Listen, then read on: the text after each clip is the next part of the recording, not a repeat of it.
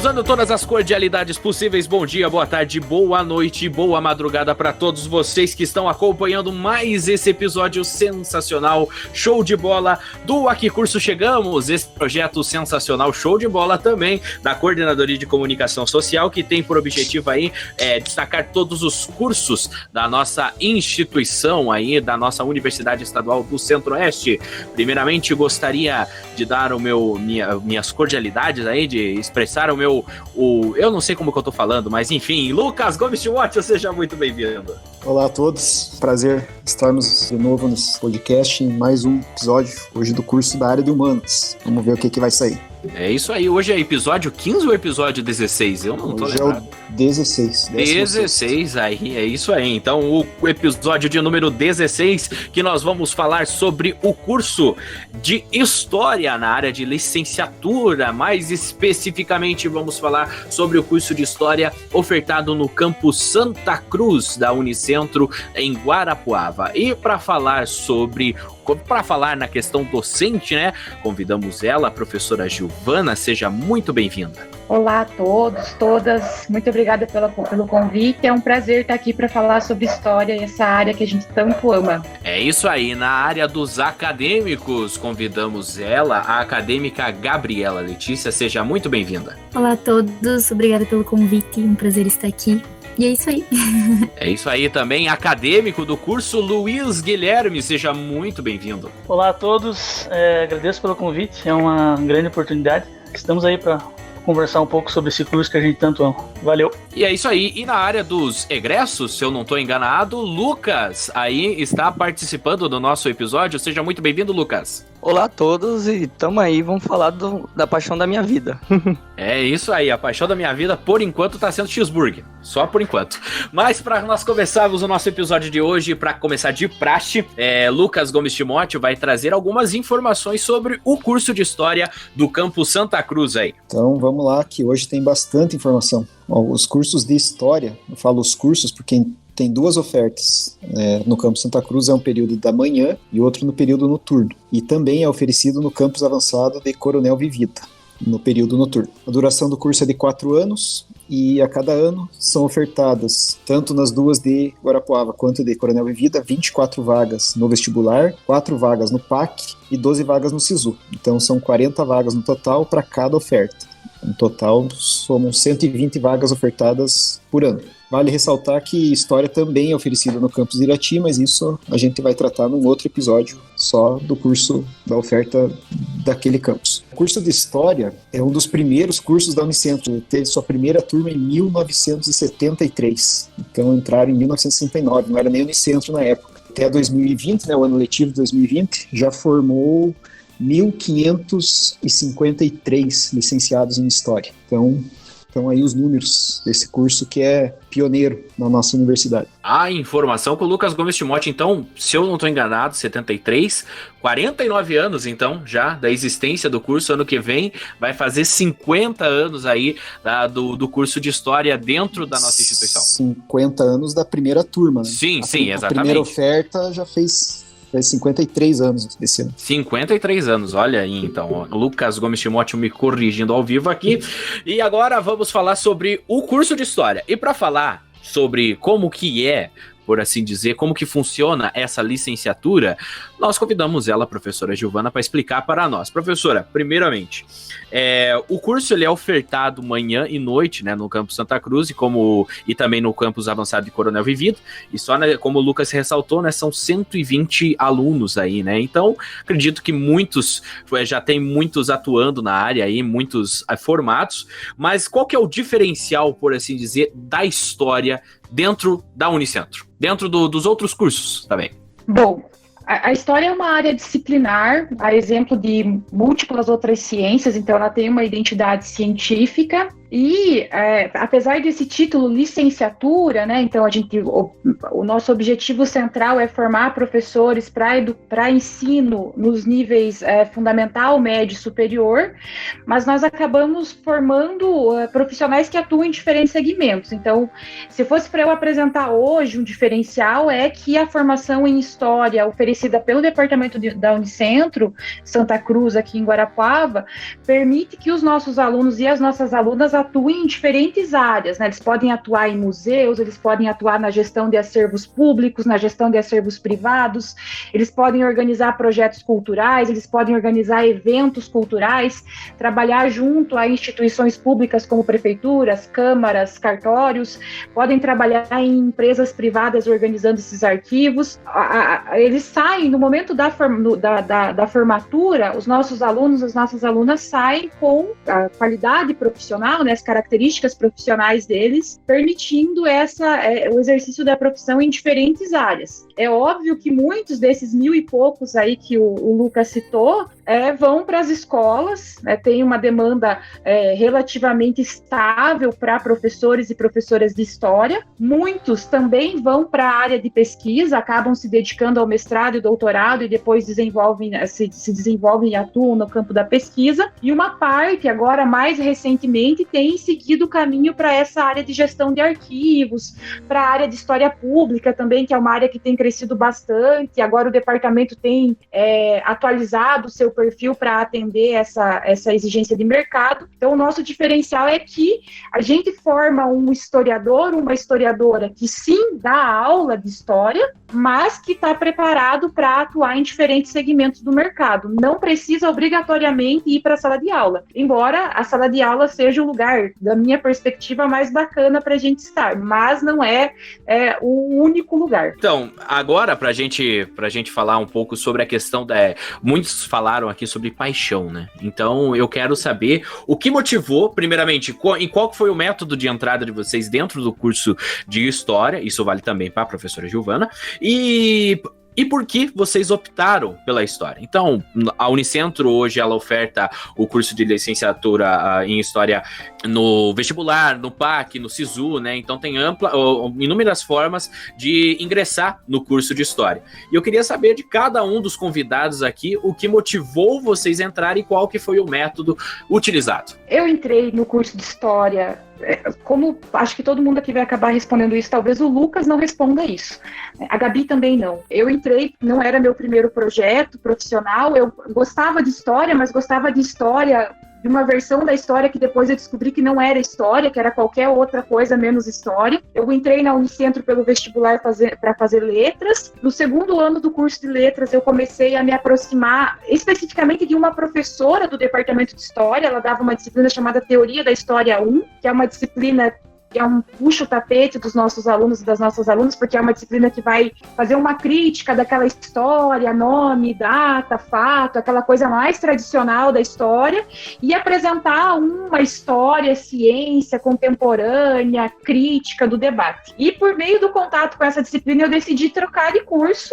Então eu fui lá, fiz outro vestibular, larguei completamente o projeto de letras, entrei em História, e quando eu entrei, eu já estava completamente encantada pela área de teoria da história. Então eu entrei já decidida que eu ia seguir carreira por esse caminho. Na época eu não tinha nenhuma dimensão do que significava seguir carreira. Eu queria estudar aquilo, mas muito mais assim porque era encantador do que porque eu tinha pensado, não, eu vou ser pesquisadora, vou fazer mestrado, doutorado e depois vou trabalhar no ensino superior.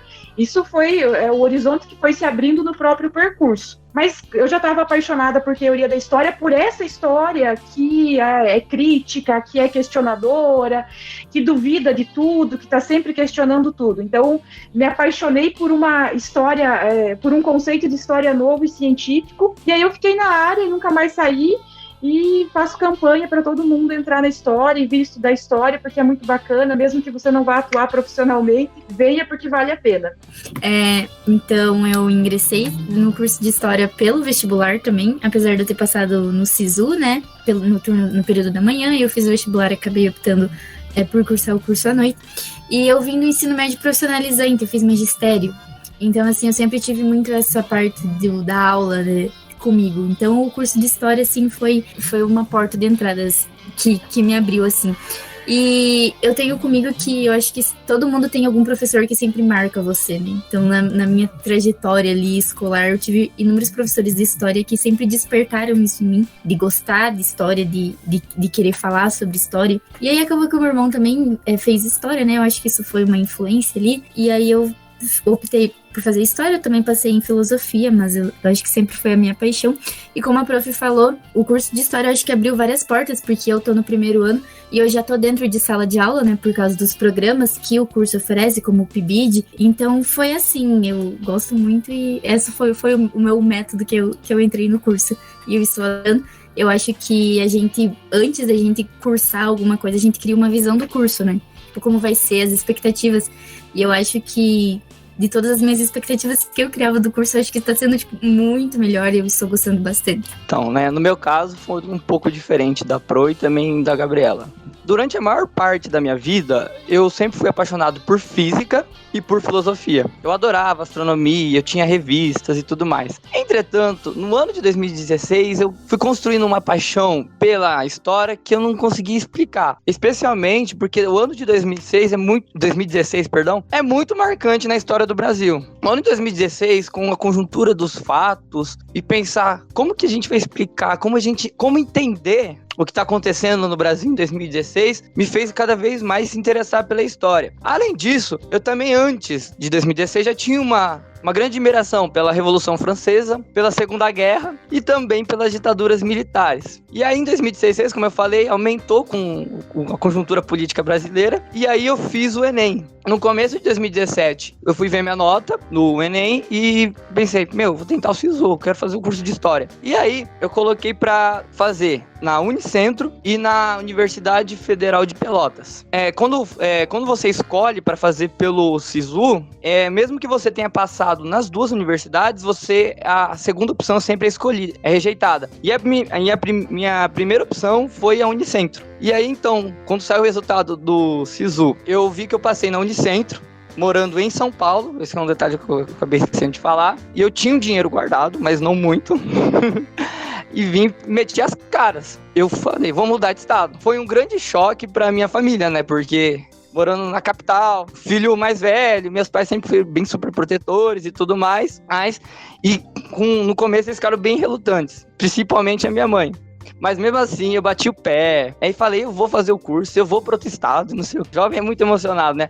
Eu falei, nem que eu tenho que morar na rua, mas eu vou pro outro estado. E nisso, eu fui pro Paraná, só que eu não fui pro campus de Guarapuava. Quando eu fiz o SISU, eu coloquei em Coronel Vivida. E aí conheci uma cidade que eu me apaixonei, queria um grande carinho, eu até brinco com o pessoal que é minha segunda terra, que é Coronel Vivida. E o curso era totalmente diferente do que eu pensava também. A gente tá acostumado a pensar data, só data e nome. E não.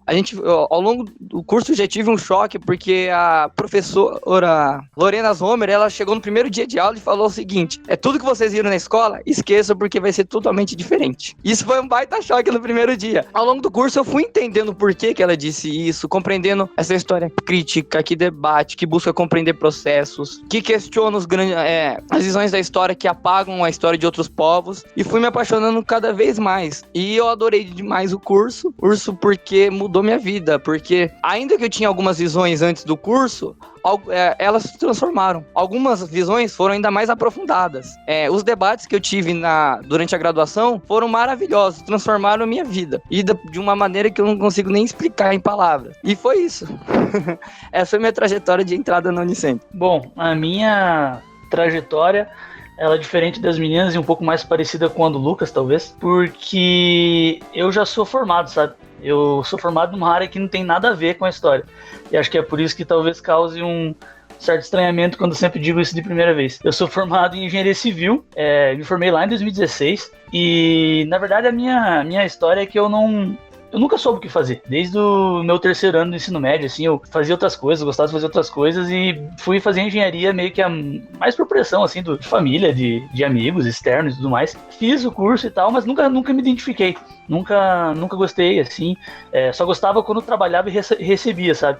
Só que eu tinha que me ferrar muito pra ganhar uma quantidade ali, mais ou menos. Então eu falei, por que eu não posso fazer algo que eu realmente gosto, que eu vou ter que me esforçar ainda mais, mas que vai me gratificar, vai me trazer muito mais alegria, né, mais felicidade. Aí eu meio que, não foi assim, história de cara, assim, eu tinha alguns outros cursos em mente, tinha jornalismo, tinha próprias outras licenciaturas também, e eu fui indo assim, e foi bem eu sempre gostei de ler, escrever também, mas foi bem sabe, no achado mesmo, assim. Eu fiz vestibular em 2018 e decidi que eu ia fazer história, e eu coloquei na minha mente que eu ia fazer, e eu já tinha traçado um objetivo pra mim, que pela primeira vez, assim, eu tinha realmente traçado algo, planejado algo pra mim, assim, que eu mesmo tivesse escolhido. E eu entrei no curso e, assim, foi como eu disse no começo ali, quando eu me apresentei, hoje tá sendo realmente a minha paixão, assim. Eu gosto muito do que eu faço, eu gosto muito das aulas, eu me identifico muito com os professores,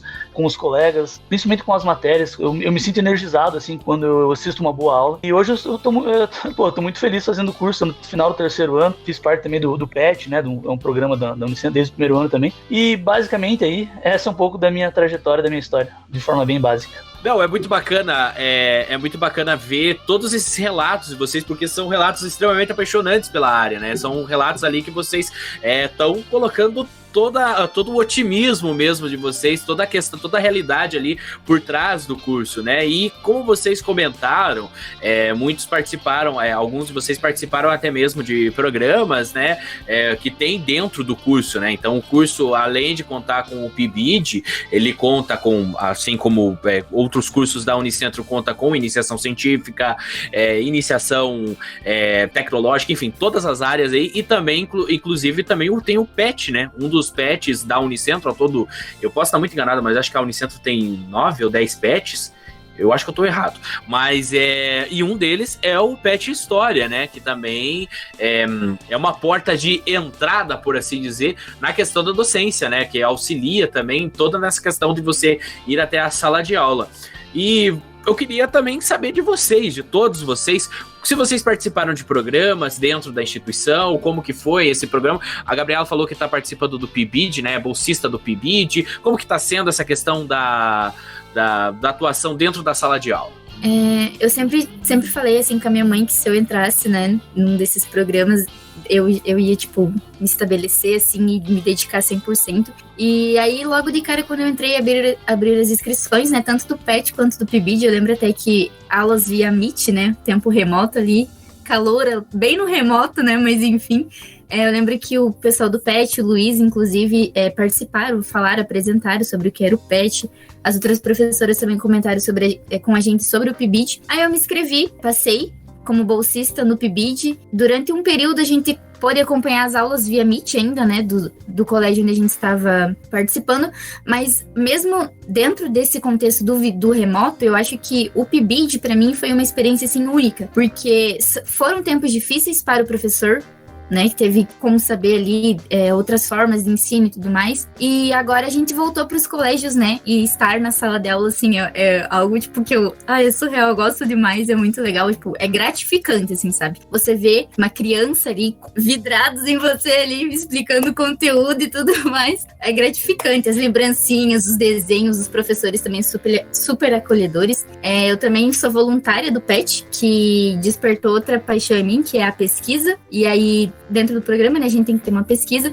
Fora que a galera, assim, sensacional, os veteranos do curso, não só do PIBID, como do PET, do curso inteiro também. Então, assim, tá sendo uma experiência excelente. Joia, eu gosto demais. Vocês estão vendo, né, que assim, o pessoal elogia os veteranos ficam com uma cara orgulhosa ali, né, recebendo bem os colegas, mas os veteranos são bacanas mesmo, os nossos veteranos são legais. Eu posso falar também um pouquinho a respeito da minha experiência no PET também, porque eu, diferente da Gabi, eu fiquei só no PET. A Gabi, ela já participou, Gabi, né, desculpa, ela já participou do PIBID, do PET e tudo mais. E a minha experiência, que eu entrei desde o primeiro ano, eu lembro que em 2019, quando eu comecei, já nas 2 ou 3 semanas de aula já teve a seleção, né? Eu fiz e tal, consegui passar e tudo mais. E eu acho que a experiência que eu tive no PET me proporcionou viver a universidade assim de uma forma muito diferente do que ficar só na sala de aula, sabe? Já um pouquinho explicando também, para quem tá ouvindo, talvez não saiba o que é o PET, né? O PET trabalha não só no ensino, né? Como a Gabi falou, na sala de aula, mas a gente trabalha também com projetos de extensão que visam a comunidade inteira, né? Não só a comunidade acadêmica, não só a comunidade científica, não só a sala de aula, mas a gente visa integrar também outras comunidades, né? Por exemplo, no PET a gente está fazendo um projeto com a UNAT, que é a Universidade Aberta à Terceira Idade, então a gente faz um trabalho com eles ali a respeito da história da alimentação, tem todo um projeto bem legal que a gente está trabalhando, já tem mais de um ano, vai ser publicado uma revista e tudo mais, e além, né, do projeto de extensão, a gente tem o ensino também, a gente trabalha ofertando cursinhos para vestibulares, e também cada um, né, faz a sua pesquisa individual, que daí entra a pesquisa, né? Então o PET ele forma esse tripé universitário que a gente chama, né? Que é pesquisa, ensino e extensão. Então, como a Gabi já falou mesmo, né? Cada aluno faz essa pesquisa individual, cada petiano faz essa pesquisa individual, e além de ter essa pesquisa, digamos assim, em conjunto, né, que seria esse projeto de extensão que a gente faz todo mundo junto, temos debates teóricos, né, temos que se chama o café acadêmico, enfim, viver o PET, assim, acho que com certeza proporcionou uma experiência muito maior que se eu ficar só na sala de aula, né, até o contato com os professores, organizar evento, né, isso, pro currículo é muito importante. Eu acho que fica aí o conselho para quem for entrar no curso, fazer esses programas, né? Porque acho que proporciona uma experiência muito, muito mais ampla, né, do que ficar somente na sala de aula. Eu, no campus de Coronel Vivida, eu fiz PIBIC. Foi uma experiência maravilhosa. Tudo começou assim. Eu já tinha conhecimento que universidade pública produz conhecimento e faz pesquisa. E além disso, em alguns casos, recebe bolsa. E aí, então, já no primeiro ano, eu me interessei por fazer pesquisa. E fui procurar correr atrás, né? Porque como o campus de Coronel Vivida, diferente do de Guarapuava, tem menos recursos, eu tinha essa dúvida se tinha como fazer. E aí, então, quando eu fui me informar, descobri que o professor Vanderlei e o professor Antônio Vanini, eles orientavam os graduandos para que se interessavam em fazer pesquisa. E aí, então, já no primeiro ano, lá em 2017, eu comecei a conversar com o professor, e aí uma coisa que eu não sabia, e é uma coisa meio óbvia, né, a gente fica falando depois, mas que eu não sabia, que a gente tem que pegar e fazer pesquisa baseada na área do orientador. E aí, então, eu comecei a conversar com ele, e ele, o professor especialista em eugenia, teve bastante essa discussão dos anos 20 e anos 30, e aí a gente foi conversando e procurando fonte daqui, fonte de lá e não sei o que, até que eu me interessei por uma figura foi muito importante na história brasileira na Primeira República e também na Segunda, foi o Azevedo Amaral, que foi um dos grandes teóricos brasileiros do autoritarismo e da eugenia negativa. E aí, a partir desse interesse pelo Azevedo Amaral, por pensar que ele é um dos principais teóricos brasileiros desse início do século XX, eu comecei a fazer iniciação científica com a orientação do professor Vanderlei. E aí, o professor Vanderlei foi muito importante nesse processo, porque além de ele perguntar se eu tinha interesse na bolsa e que me ajudaria a se manter na universidade, ele também me ensinou a pesquisa, né? Porque eu comecei a pesquisa no ano de 2018. Alunos de primeiro ano geralmente têm maiores dificuldades, e eu fui aprendendo sobre questão de metodologia, sobre questão de teoria, como aplicar, como analisar as fontes, e o professor Vanderlei foi fundamental durante esse processo. Além disso, o ano de 2019 eu também fiz uma segunda iniciação científica, já analisando a trajetória intelectual do Oliveira Viana, que também foi um eugenista brasileiro e também um dos teóricos do autoritarismo brasileiro na primeira metade do século XX. E aí eu falo, a experiência da iniciação científica é maravilhosa. É uma delícia você sentar, pegar a fonte e sentir o cheiro, e rabiscar ali, rabiscar aqui, ler os textos, e pega a fonte, e vai procurar livro, e pede orientação pro orientador, e o mais maravilhoso de tudo é quando você termina. E não é porque eu tenho um descanso, é porque a coisa deliciosa é você apresentar um trabalho que você mesmo se esforçou, dedicou um grande tempo para isso, e saiu o resultado.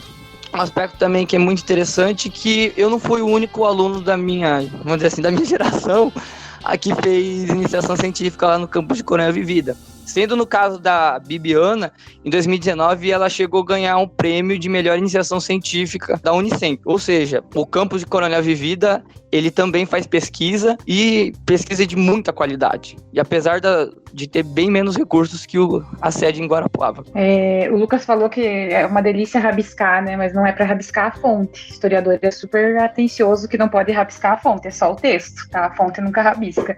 Vou só falar algumas coisas aí em relação... Eu vou falar também da minha trajetória, mas realmente tem essa diferença. O campus de Coronel Vivida é um campus menor, né? Então a gente tem uma diferença de estrutura, até porque ele é uma atividade de extensão da Unicentro, então ele também não vai ficar fixo lá para sempre. Por isso que ele não tem um grande investimento estrutural. Apesar dessas condições materiais com menos estrutura, a gente produziu, desde que o curso está lá, pesquisas bastante relevantes. Os nossos alunos saíram da graduação para o mestrado, para o doutorado. O próprio Lucas, né, agora passou na Unifesp, no mestrado da Unifesp em São Paulo. Antes disso, já estava professor em sala de aula, aula. Então, a estrutura material é um desafio, mas um desafio que tem sido vencido muito bem lá em Coronel Vivida. E aqui em Guarapuava também os desafios se apresentam todos os dias e a gente também continua insistindo e tentando fazer. Eu também fiz iniciação científica durante a graduação. A minha iniciação foi voluntária. Eu fui uma das primeiras iniciações científicas do Departamento de História. Na época não tinha essa cultura da IC. Então, a minha geração, para pegar aí a expressão do Lucas, foi uma das primeiras a fazer iniciação científica. Não tinha bolsa, então era voluntário, por regra. Era uma coisa diferente. A gente estava até aprendendo como que funcionava para fazer iniciação científica, mas foi uma experiência muito gratificante, abriu as portas da pesquisa para mim. Fui extensionista, fui bolsista de projeto de extensão, não tinha PET, não tinha PIBID na época, então as atividades que aconteciam em sala de aula, na escola, ou as atividades que aconteciam na comunidade, elas se concentravam em projetos de extensão. Nós tínhamos um projeto de extensão que era enorme, abarcava uma série de atividades, uma série de alunos, inclusive de outros departamentos, e nessa época nasceram os laboratórios ali que tem, hoje em dia, no entorno do departamento. Então, quem entra no curso, começa conhecendo os programas e aos poucos também vai conhecendo os laboratórios de pesquisa. Cada um desses laboratórios tinha suas atividades extensionistas, que era algum tipo de atividade lá na comunidade. Foi a atividade de extensão que mais me atraiu. A pesquisa não era assim, nossa, adoro fazer isso. Eu gostava muito mais da extensão, a extensão era muito mais viva, mas era uma coisa assim que atraía os alunos, era uma atividade dinâmica, a gente saía da universidade, ia para campo, fazia diagnóstico, voltava, debatia, pesquisava, lia. Então era uma atividade que dava uma vida para o curso. Todos esses programas, eles estão para fora da sala de aula, então eles não são, não fazem parte da formação do núcleo duro do curso. O núcleo duro do curso tem lá as suas disciplinas, as de conteúdo, você vai estudar desde o Egito, que é o que os alunos chegam querendo estudar. Segunda Guerra Mundial já é uma decepção, porque todo mundo que entra esperando chegar na Segunda Guerra Mundial, a gente nunca consegue chegar na Segunda Guerra Mundial objetivamente. A gente fala muito sobre ela ao longo do tempo, mas no quarto ano quase nunca alcança a Segunda Guerra Mundial. Mas isso é uma coisa que apaixona muito os alunos. O debate de sala de aula apaixona muito, pega muito, atrai muito. O Lucas falou, o Luiz Guilherme falou, a Gabriela falou sobre isso. A sala de aula é uma coisa que atrai muito, mas o curso não é só a sala de aula. Muito pelo contrário, muito do curso de história, muito do que faz com que todo mundo seja apaixonado aqui acontece da porta para fora, nos laboratórios, nos projetos de extensão, nos projetos de iniciação científica, nos debates entre os professores e os alunos nos eventos. Então, a sala de aula é ali 30% do curso de História. Por isso que no começo eu falei, os nossos alunos, as nossas alunas saem para fazer muitas coisas. A revista do PET, por exemplo, agora que é um projeto do ano, está preparando eles para gerir um projeto editorial. Então, eles estão fazendo pesquisa em história, atuando como historiadores e historiadoras, mas também estão gerindo um projeto cultural, um projeto editorial. E isso não se aprende lá na sala de aula, embora eles usem tudo que eles aprendem em sala de aula. Por isso que é tão importante ter essa visão global do curso. Não ter essa falsa sensação de que é chegar ali às 7 horas da noite, assistir a aula e sair.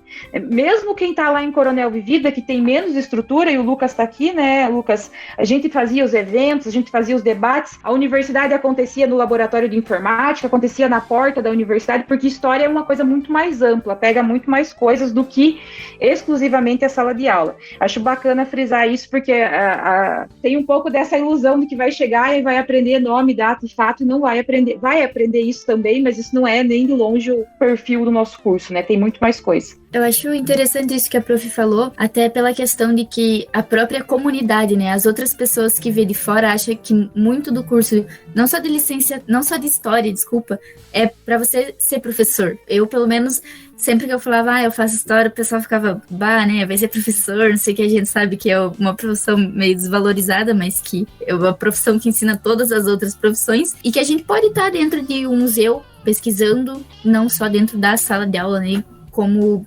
mediador de conhecimento. Não, só para fazer campanha a favor da profissão, a gente estava fazendo hoje à tarde conversando, acho que com o Luiz, a gente estava falando sobre isso. Por exemplo, ninguém sabe, mas os historiadores e as historiadoras são contratados pelas redes de televisão para fazer os laudos para essas produções de época. Então, a gente só respeita, aqui no departamento, a gente só respeita quando a gente vai lá e pega o pessoal que produziu a novela, que produziu o filme, que produziu o documentário, e tem lá o nominho de um historiador e uma historiadora, porque a nossa área se envolve nesses projetos culturais. Sempre que o assunto é passado, né, sempre que o assunto é eventos do passado, a gente se envolve diretamente como professor, mas indiretamente como pesquisador, como investigador, como produtor de conteúdo. Não deixa de ser uma atividade de ensino também, né, Gabi? Acaba sendo uma atividade de ensino, mas não ali em sala de aula, né? Acaba transmitindo um conhecimento, mas não nesse modelo tradicional que as pessoas imaginam, de um professor lá na frente falando e os alunos ali passivamente ouvindo. Um comentário de vocês, assim, envolvendo a conjuntura do nosso país. Não é de hoje, já há tempo, que é a minha percepção. Vocês falaram de museu, do trato da memória, da cultura do povo, da história, do que aconteceu. Em algumas viagens que eu já pude fazer para o exterior, eu vi que a cultura, né, a preservação da história, do museu, do incentivo de como ensinar isso, desde as criancinhas indo visitar os fatos. E aqui pelo menos a percepção que eu tenho, não sendo da área, é de que isso não é valorizado, assim como tantas outras coisas. Do ponto de vista de vocês, como que poderia ser mudado, poderia começar a ser mudado isso? Eu diria só um comentário rápido, assim, eu acho que talvez, assim, muito se passa até pela valorização do profissional. Eu acho que o profissional, como a Gabi mesmo falou, a professora também falou, de licenciatura ele já não é tão valorizado. Agora, o de história, das ciências humanas, a gente sabe aí que ainda é mais desvalorizado. A gente vê constantes declarações de pessoas com hierarquias maiores que a gente e tal, de certa forma menosprezando alguns fatos ou desdenhando, né, transformando algo que é estudado, algo que tem um estudo, tem uma metodologia, tem um conhecimento por trás, em mera opinião, né? Então eu acho que um dos pontos acho que contribuiria para que isso mudasse seria uma maior valorização, seja uma maior valorização do historiador como um agente social mesmo. Acho que a professora Giovana ela sempre fala disso, né? Do papel, do nosso papel como agente social, né, como agente de mudança, porque sempre falado isso, né, sempre quando tem algum problema, parece que na sociedade, né, alguma instabilidade, algum desequilíbrio, seja político, econômico, aí o historiador ele ressurge, né, aí ele é necessário. A gente viu aí no caso da guerra da Rússia, da Ucrânia, que aí parece que nesses momentos a gente é necessário. Aí parece que quando não tem esse momento a gente é esquecido. Eu acho que isso seria um ponto. Seria importante essa questão da valorização e sem contar, né, a valorização financeira aí, que isso a gente não precisa nem entrar muito a fundo. Eu acho que um pouquinho do que eu penso a respeito é isso. Quando a gente fala do Brasil, e enquanto um país de capitalismo dependente, ou seja, um país que na divisão internacional do trabalho tende a ser o grande produtor de commodities com baixa grau de complexidade tecnológica e com mão de obra mais barata, a ciência, de uma maneira geral, tende a ser mais atacada. Por quê? Porque eles não é necessário ter grandes aumentos tecnológicos nessa divisão internacional do trabalho. E aí, então, isso vai influenciar todas as dimensões da vida social brasileira, em que a violência é maior, em que o acesso à universidade é mais restrito, a quantidade de campos universitários no Brasil insuficiente para atender toda a população. O cientista no Brasil, ele não tem muito espaço na mídia. A gente não tem, por exemplo, como na França, os historiadores participavam de programas de televisão, não tinha uma política cultural incentivando admiração com a história. E aí, então, de uma maneira geral, a ciência não é valorizada justamente por isso. E isso vai influenciar principalmente as ciências humanas, mas não só. Eu tô aqui grande parte, por exemplo, dos cérebros brasileiros, de cientistas como físicos, astrônomos, eles tendem a ir para fora. Por quê? Porque no Brasil a ciência não é valorizada. Além disso, né, além dessa estrutura, existe também a própria formação da sociedade brasileira, que uma grande parte não é estimulada a ter essa preocupação com o conhecimento científico. Não é estimulada. E aí vem o caso que eu falei, da estrutura maior, que é essa divisão internacional do trabalho. E aí alguém pergunta, como a gente pode superar isso? Eu acho que, em primeiro lugar, é superar a condição de capitalismo dependente brasileiro. Transformar as estruturas político-econômicas brasileiras para que se desenvolva. Para que, se de um lado a gente tenha grandes médicos, grandes cientistas, a gente também tenha grandes cientistas sociais sendo valorizados aqui mesmo. Porque as ciências humanas, essa separação que se faz dela com as ciências exatas, em alguma medida ela é muito mecânica. Por quê? Porque as ciências, vamos dizer assim, físicas, biológicas, elas estão ligadas com o quê?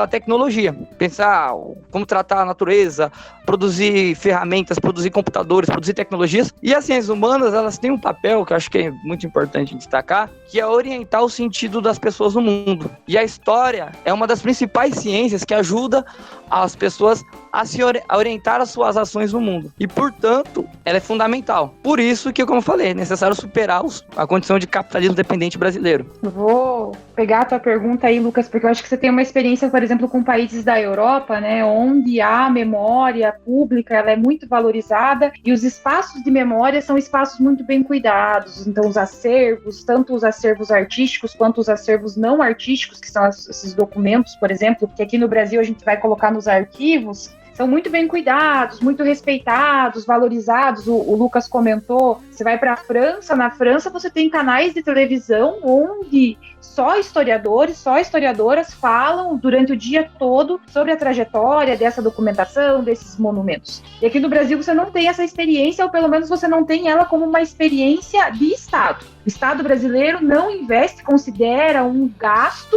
e não um investimento em memória, a preservação desses artefatos, a apresentação pública desses artefatos. Vou colocar duas posições aqui possíveis. A primeira posição é que, por exemplo, para minha geração de historiadores e historiadoras, e eu tenho certeza que para a geração desses alunos que estão aqui, que foram e são, né, meus alunos e minha aluna, esses museus que existem hoje, que foram alvo de grande investimento, nenhum de nós aqui trabalharia nesses museus repetindo aquela narrativa dos grandes heróis portugueses, do cavalo ali no centro da cidade de Guarapuava, nenhum de nós atuaria sem crítica a esses museus. Então a gente tem uma formação para que esses acervos eles sejam ampliados. É para que você coloque outros personagens históricos, outros sujeitos históricos nessas narrativas. A história tradicional, que é a história que dá modelo a esses museus brasileiros que existem hoje, a esses acervos que existem hoje, se vocês observarem, vocês vão ver, é uma história que ela é habitada por homens brancos, de origem europeia, heterossexuais, não existe nenhum homossexual, nenhum homoafetivo na história tradicional, não existem mulheres, não existem indígenas, não existem negros, então os museus eles refletem uma estrutura de poder. Mesmo assim, ainda que o museu pareça muito com o presidente, por exemplo, esse museu não tem investimento, o que dá muito indício das crises políticas que a gente passa a cada 4 anos, para pensar em nível nacional agora, né? Porque o sujeito que sustenta a sua identidade em cima desses museus, ele não investe nessa identidade. Então é uma identidade em constante crise.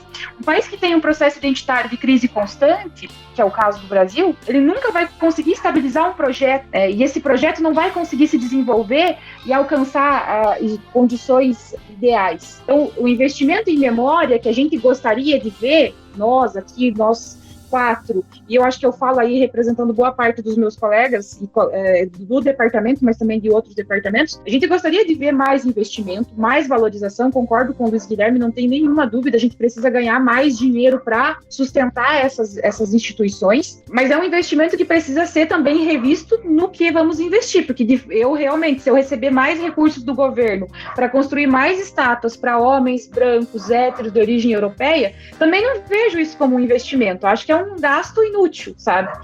Eu gostaria de ver mais investimento nessa percepção de cultura que a gente tem hoje, nessa visão crítica de cultura que a gente tem hoje. E eu vou sempre falar essa frase, vou sempre repetir. Todo mundo sabe o que acontece com uma árvore que não conhece as suas raízes. Essa árvore ela pode crescer por algum tempo, mas ela vai enfrentar crises, a cada ciclo de existência ela vai enfrentar crises. Sociedades são iguais. O que acontece com uma sociedade que não conhece as suas raízes ou que acha que as suas raízes são europeias, brancas, seguindo esse padrão? Ela vai sempre enfrentar as suas crises, ela vai sempre investir nesse mesmo modelo e ela vai sempre fracassar nesse modelo. Então, por que a história é uma ciência relevante, pelo menos a história contemporânea como a gente produz? Porque ela desnuda essas raízes que tiveram invisibilizadas, que foram negadas, que foram apagadas, que não estão nos monumentos. Ela apresenta essas raízes para essa sociedade e somente assim essa sociedade consegue enfrentar os seus fantasmas, enfrentar os seus problemas culturais, os seus problemas políticos, os seus problemas econômicos, como destacou o Lucas, e depois desse enfrentamento, desse olhar no espelho dessa sociedade real, que não é essa que está nos museus hoje em dia, talvez a gente consiga pensar uma saída. Só que hoje a gente vive nessa ilusão, né, de que, olha, eu conheço o Brasil. O que é o Brasil? O Brasil é um país fundado por portugueses. Não é. Eu conheço o Brasil. O que é o Brasil? O Brasil é um país moderno, uma economia potente quando vai olhar os índices internacionais. Não é. Então você não conhece o Brasil. O que você conhece é uma ilusão construída por instituições culturais, e essa ilusão você vai sempre produzir soluções a partir de uma ilusão. E essas soluções, portanto, são ilusórias. Eu acho que por isso que a gente é tão atacado, né? Por isso que a história é uma ciência tão criticada, principalmente depois que a gente passou pelas revoluções historiográficas ali dos anos 80 para cá, que a gente parou de falar dessa história tradicional e começou a falar de uma história mais próxima da população, do perfil geral da sociedade. Nunca mais a gente teve sossego. O resto a gente passou a ser identificado, né? A gente sempre brinca, tirando o Lucas, que é comunista, né? O nosso Lucas que está aqui na sala, ele é comunista, né? Mas os demais eu acho que não são. A gente é sempre identificado com o comunismo, e isso como uma crítica. Se espera que a todo momento a gente vá falar sobre comunismo quando a história ela é plural, ela é cultural, ela é econômica, ela é social, ela tem múltiplas visões. Nós, dentro da história, temos polarizações, né? Então, a gente é muito questionado porque, de fato, a gente quer falar sobre uma coisa que ninguém quer falar, quer evidenciar uma coisa que ninguém quer evidenciar. Esse país não é o país do futuro, ele é um país sem futuro, porque é um país sem passado. É um país que não conhece o seu passado, que desconhece completamente o seu passado. E eu acho também, aproveitando a fala da Prof. Giovana, que vem muito de um negacionismo histórico também, né? O brasileiro, qualquer pessoa na rua, se você parar hoje e pedir qual é a história do Brasil, o que é o Brasil? É justamente isso que a Prof. falou. É um país que foi descoberto, e pasmem, tem uma notícia, o Brasil não foi descoberto. Foi um país descoberto por europeus, que é tudo muito lindo, que não teve nada de guerras, que simplesmente chegaram ali, né? E aí a gente percebe que esse problema, principalmente enraizado de não conhecer a própria história do seu próprio país, vai se repetindo e vai causando graves acontecimentos, como o que a gente passa hoje, um negacionismo histórico imenso, pessoas saudando a ditadura, falando, né, que a ditadura foi um período ótimo. Quando a gente não estuda isso, quando a gente se nega a estudar isso, quando principalmente as outras pessoas fecham os olhos para isso, a gente vai continuar numa mesma história que vai se repetindo, e a gente vai ver cada vez mais essas pessoas tomando espaço, né, e tomando o público. Eu trago uma citação do Clifford Geertz, que diz: as sociedades, como as vidas, contêm suas próprias interpretações, é preciso apenas descobrir o acesso a elas. E além disso, né, pensando esse papel desse desconhecimento, a gente vê como que a formação da subjetividade do brasileiro é construída. A gente vê uma formação de uma subjetividade que a pessoa se incomoda muito mais com uma vidraça de banco quebrada do que milhares de pessoas passando fome, indo na fila do osso. Por quê? Porque é um país que tem uma subjetividade formada não apenas nesse não conhecimento, mas numa tentativa de sempre apagar os sujeitos. E aí a gente tem que lembrar do Walter Benjamin. A gente tem que nós historiadores somos atacados porque a gente escova a história a contrapelo. E aí então a gente traz a sociedade aos sujeitos que resistiram aos sistemas de dominação, de exploração e de opressão da nossa formação brasileira. E aí é fundamental que o sistema ele ataque a gente, não porque a gente é o mal na Terra, porque a gente acaba quebrando a ordem, a gente quebra a subjetividade que forma o brasileiro comum. E aí, é por isso que é fundamental pensar a formação de, como a Prof falou, construção de uma política pública, cultural, valorizando uma nova forma de pensar os museus, de pensar a nossa história. Até porque é uma coisa que é muito lamentável.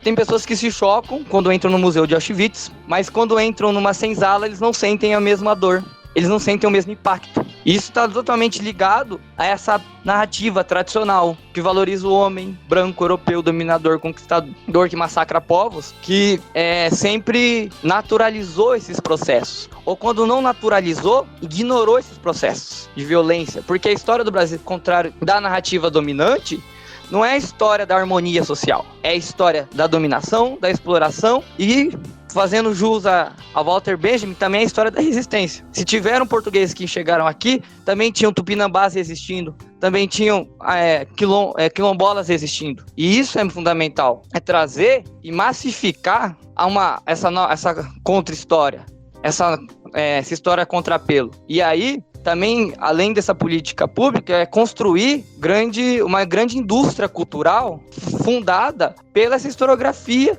e também pelos sujeitos que constroem essa historiografia, que são nós, de uma geração que, não só nós, né, mas toda essa geração de historiadores que vem com essa visão crítica que quebra essa narrativa tradicional de valorização do dominador, do grande nome branco que massacrou povos e tem estátua na capital mais rica de São Paulo, mais rica do Brasil. É isso aí, que nem a Gabriela comentou, né? Não é só saudosismo à ditadura, né, que está ocorrendo, né?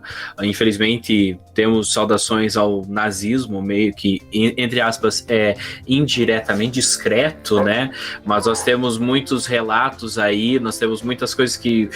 Infelizmente, esse ano de 2022 a gente já teve 2 exemplos, não só 2 exemplos, né, mas já teve alguns outros exemplos aí nessa questão do saudosismo, entre aspas, e... Enfim, são tempos muito preocupantes. E uma das coisas que o Luiz Guilherme falou, né, sobre a questão a questão do historiador ser lembrado, né? A questão do historiador ser lembrado, por exemplo, que nele citou um acontecimento recente, né? A guerra que está acontecendo entre Ucrânia e Rússia, né? A questão do historiador ser lembrado somente dessa época. Acabou a guerra lá, acabou a Ucrânia não, pelo amor de Deus. Acabou a guerra, o historiador é esquecido. E uma coisa, assim, tipo, eu sou formado em jornalismo, né, entrei em 2016 no curso, me formei em 2020, e uma das coisas que eu sempre escutei dentro do curso, assim, sejam de professores ou até mesmo, enfim, de colegas, amigos, assim, é que o jornalismo e a história tem uma rixa muito grande. E assim, eu nunca vi como rixa, porque, tipo, assim, tem muito jornalista que faz muito cagado. Então, tipo, não precisa ter rixa, já comprova que jornalista faz cagada. Mas e o historiador... Tem historiador também que faz cagada, fique tranquilo. Então, tipo, nós temos muitos exemplos aí, né, infelizmente, de pessoas que fazem cagadas e mancham a profissão, né. E uma das coisas que eu queria comentar com vocês, assim, eu queria também saber a opinião, principalmente nessa questão da acontecimentos, né, tipo, a guerra agora, mas nós já tivemos muitos exemplos, aqui no Brasil, principalmente, de pseudo-conhecedores de determinadas áreas voltadas para a história, que fazem vídeos, fazem conteúdos para uma massa, né, ali, para uma galera que segue eles ali. Eu não vou citar o nome do canal, infelizmente, mas que fica em off, que é uma nostalgia, né? Um dos canais, por exemplo, que fez isso, falando sobre a questão do comunismo, sobre a questão da Segunda Guerra, não pegando o conteúdo Wikipedia praticamente ali, né? Não tinha um aprofundamento histórico, ele dizendo que tinha um professor, tinha um historiador ali por trás, mas nunca revelou o nome desse historiador, nunca revelou o nome dessa pessoa. E eu queria saber da opinião de vocês, como que vocês avaliam essa questão, como a gente sofre também no jornalismo com isso, né? Com a questão de pessoas se auto-intitularem jornalistas, mas não ter a formação e, enfim, trabalhar com a questão da fake news, com inverdade, né? E na história também vocês sofrem com isso, com pessoas pseudo-conhecedores da área de história produzindo conteúdos. Como que vocês avaliam que isso é uma tendência que só tá piorando, né? Isso só tá piorando nos últimos anos. Como que vocês avaliam essa questão dos produtores de conteúdo? Isso foi até um assunto que nós falamos no programa passado, no programa de publicidade, sobre a questão de uma pessoa tomar uma opinião, né? E isso repercutir muito. Eu vou começar respondendo, argumentando assim, que a nossa situação é crítica pra caramba, porque, por exemplo, no ano passado, a lei que aprovou, que oficializou a profissão historiador e historiadora, ela já coloca uma situação que é complicada. Até então, nós não tínhamos uma lei, tanto o Ministério da Economia, e eu não estou falando de governos específicos, eu estou falando do Estado brasileiro no geral, eles tinham uma dificuldade muito grande para aprovar uma lei definindo a profissão do historiador e exigindo o diploma. para que essa profissão fosse exercida. E quando a lei foi aprovada, no texto final dela, ela estabelece que é o historiador, a historiadora, né, uma série de critérios lá que a gente precisa atender. Então, quem está aqui, por exemplo, nós 4, a gente tem que ir lá preencher o cadastro, aí vem a nossa carteirinha, a gente se torna oficialmente historiador, historiadora, mas tem um asterisco nessa lei que diz o seguinte, que se a pessoa comprovou que ela exerceu a profissão de historiador, de historiadora nos últimos 5 anos, é dispensado o diploma. Então, uma parte fundamental, né, já começa por aí. Então, uma pessoa que por 5 anos sabe Deus o que ela fez, ela exerceu a profissão de historiador. O que isso significa? Não está muito claro. Trabalhou num arquivo de prefeitura, juntou papel velho em casa e organizou por ano, isso se caracteriza historiador, historiadora? Se essa pessoa faz isso, ela pode se arrogar historiador ou historiadora sem diploma, que acho que é um problema que vocês no jornalismo também sentem, né? Deve ter algum critério para a pessoa ser jornalista sem ser jornalista. Então, na história tem um critério para ser historiador sem ser historiador. 5 anos, abre aspas, sendo historiador. O que isso significa, não está claro. Então, isso já gerou um problema para a gente. Em segundo lugar, a gente tem que fazer uma autocrítica. Durante muito tempo, a história foi uma ciência, né? Produção do conhecimento histórico, ela acabava ali num texto. E texto é coisa chata, não é todo mundo que quer ler. A gente da nossa área profissional é obrigado a ler. Mas os historiadores, as historiadoras tinham um certo constrangimento em gravar um vídeo, em fazer um podcast, em participar de outros espaços de circulação do conhecimento e escreviam textos numa linguagem que era hermética. Você tinha que ser muito entendido para conseguir entender um texto sobre a Revolução Francesa. A gente até hoje sofre, aqui os alunos, a Gabi está aqui, sabem que tem textos que você pega e se fala, meu Deus, né, sou analfabeta, nunca vou conseguir entender isso aqui. Então tinha essa característica da profissão. É muito recente essa abertura da profissão, de nós profissionais, para estarmos nesses outros espaços, produzir um conteúdo profissional e produzir um conteúdo baseado em metodologia, baseado em investigação histórica, que vai apresentar uma versão do passado sustentada em argumentos sólidos. Obviamente que é muito claro que esse tipo de conteúdo ele interessa politicamente. Nessa discussão que a gente fez anteriormente, né, que os museus eles refletem quem está no poder, essa discussão já indica o quanto é importante você falar sobre o passado. Então você vai ter, eu sei que os jornalistas aqui, eu corro o risco de ofender vocês, porque eu estou com o pessoal da área.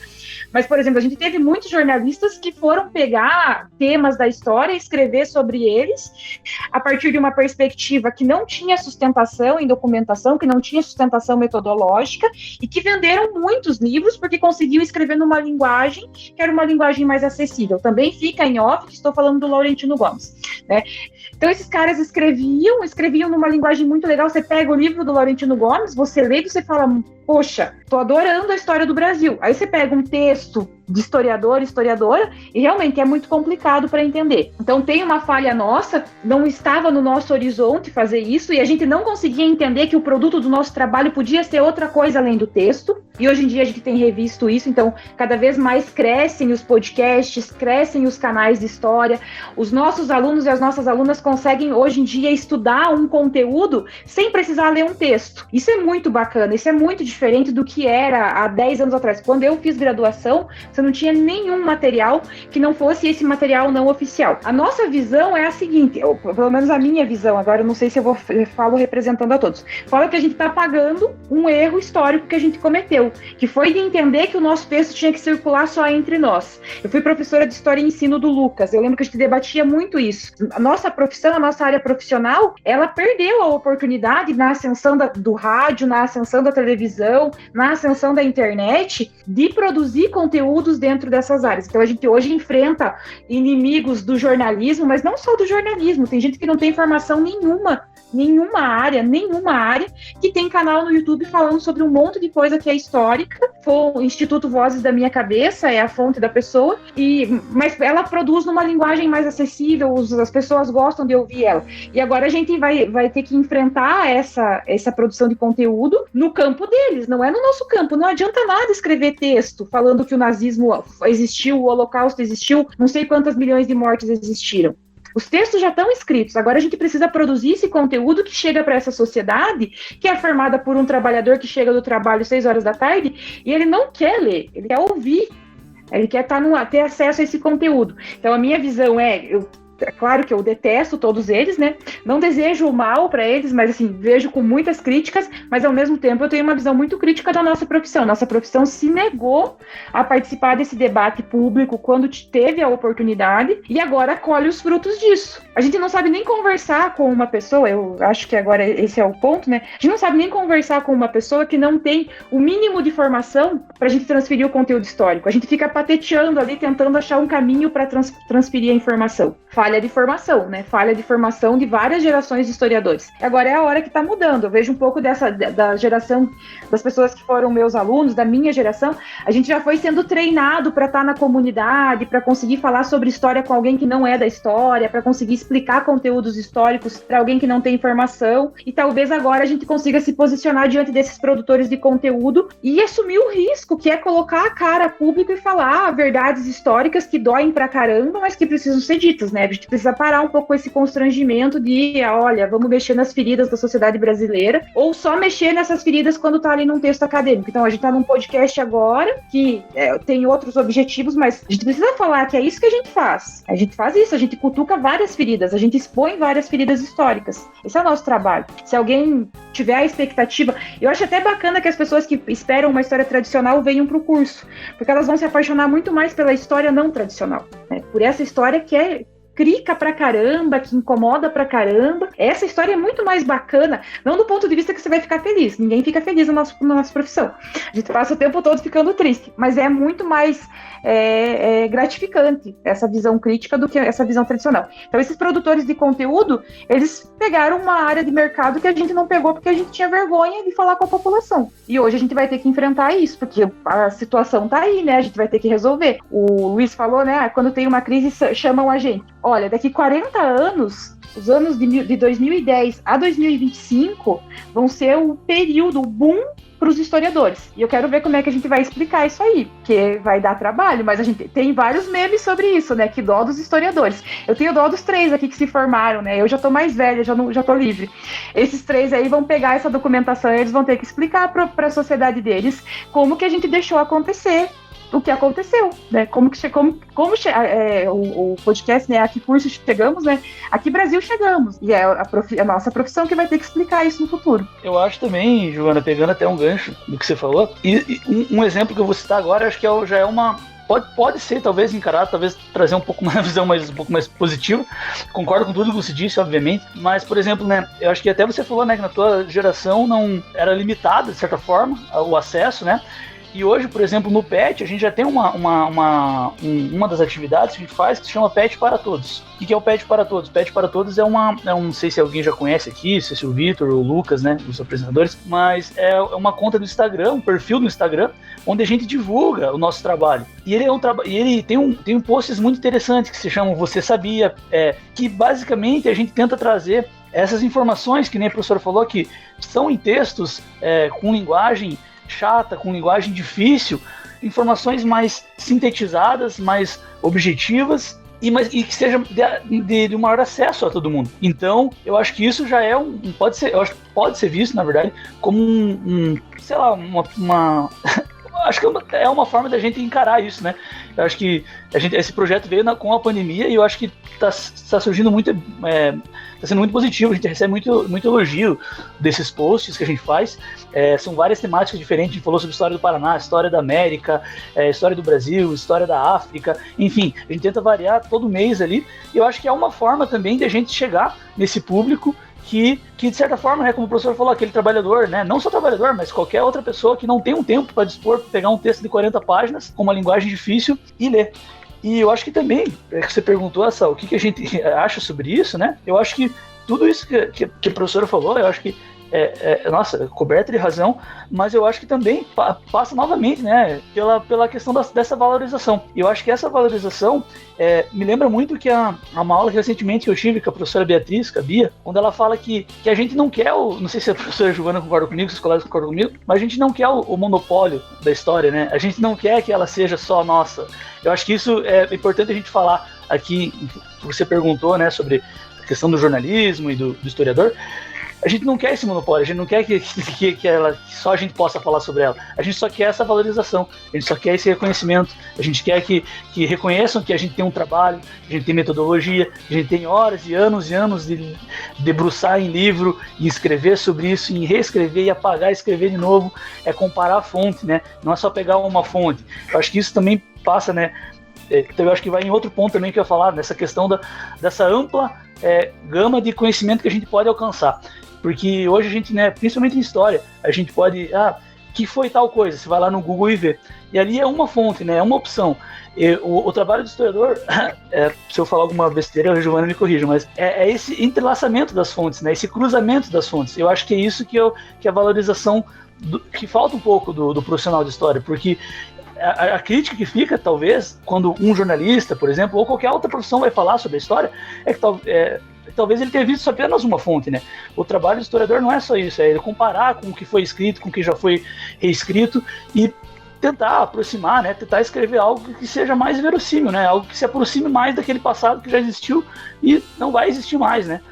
Eu acho que essa é um pouco do que eu pensei, do que você propôs aí pra gente, que acho que envolve essa questão da valorização, essa questão que a gente não quer um monopólio, que a gente quer dividir, mas que a gente quer esse reconhecimento, que falta muitas vezes. E a gente fica chateado, obviamente, como a professora falou, porque a gente vê um jornalista que não tem formação em história recebendo muito mais aclamação, né, da mídia, da gente em geral, recebendo muito mais dinheiro do que a gente, historiador, que estudou ali e que não tem esse devido reconhecimento. E eu acho que seriam esses 3 pontos, na questão da valorização do monopólio, e acho que é dessa rapidez, dessa quantidade enorme e ampla de conhecimento, que acho que tem a ver com o que a professora falou também, desses últimos 15 anos aí, que está sendo muito rápido e tem muito acesso, e todo mundo pode acessar a qualquer momento, e a gente que se vire para explicar isso aí futuramente, né? Eu não só ia falar um pouquinho da fala da Prof. Giovana, eu acho também que essa competição muito entre, tipo, as pessoas, o que será que as pessoas vão preferir ouvir? Uma influencer das grandes mídias, né? Por exemplo, o canal Nostalgia, que também não tem... Ou do que um historiador, do que a gente que pega na fonte, que lê e que estuda. Assim como o Luiz também falou, né? É muito essa construção da nossa história, do que a gente vai falar.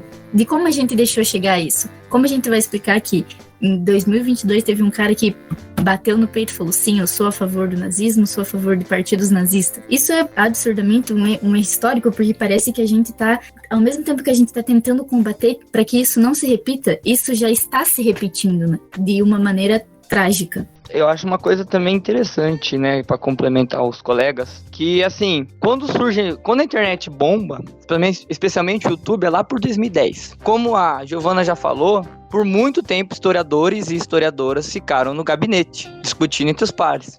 Vou usar uma expressão que eu não gosto, ficaram na bolha. Isso abriu margem para que outros atores sociais fizessem essa disputa de consciências. Além disso, né, tem grande parte desses produtores de conteúdo, eles receberam e recebem financiamento de grandes empresas. Por exemplo, o MBL recebe da Fundação Ford, isso está no próprio site da Fundação Ford, dinheiro para poder investir, sabe? E ter mais estrutura que a gente. Somando a isso, acho que também tem a própria questão da estrutura, como já foi falado, que as ciências, especialmente as ciências humanas, não são valorizadas, existe uma política cultural incentivando, e vem a nossa autocrítica, porque por muito tempo a gente deixou eles falarem sozinhos. Eu acho que o grande erro foi isso. A gente não disputou hegemonia, a gente não disputou consciência. E a partir do momento que se deixou de disputar consciência, ficar quieto, não vamos dar palco pro palhaço falar, a gente perdeu uma oportunidade de ouro, de mostrar à sociedade brasileira o papel do historiador, porque todos aqui já entraram em sala de aula.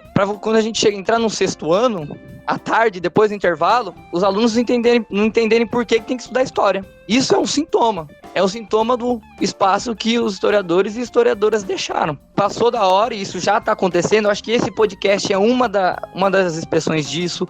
Eu acho que um cara mais antigo também, o Euclides, do Leitura Obriga História, também tem um papel fundamental nessa disputa de consciências, porque a gente não pode deixar pra falar. E aí a gente tem que bater de frente. E aí quando eu falo bater de frente, não é virar o treteiro de internet. É disputar as ideias. Você não precisa atacar e citar o nome do fulano. É justamente mostrar as falhas dos argumentos, é mostrar a metodologia. E aí você também me lembra a prova que eu fiz da Unifesp, prova escrita, que era: a quem pertence a história? E aí, como eu respondi na prova e respondo aqui: a todos. Em primeiro lugar, porque todos como são sujeitos históricos. E em segundo, o conhecimento histórico ele não deve se restringir à academia. Visto que é fundamental ensino, pesquisa e extensão. São inseparáveis. Porque senão a sociedade já não vê mais importância. Ela vai assistir na Globo News e usa o Guga Chakra falando besteira sobre a guerra da Ucrânia, sabe?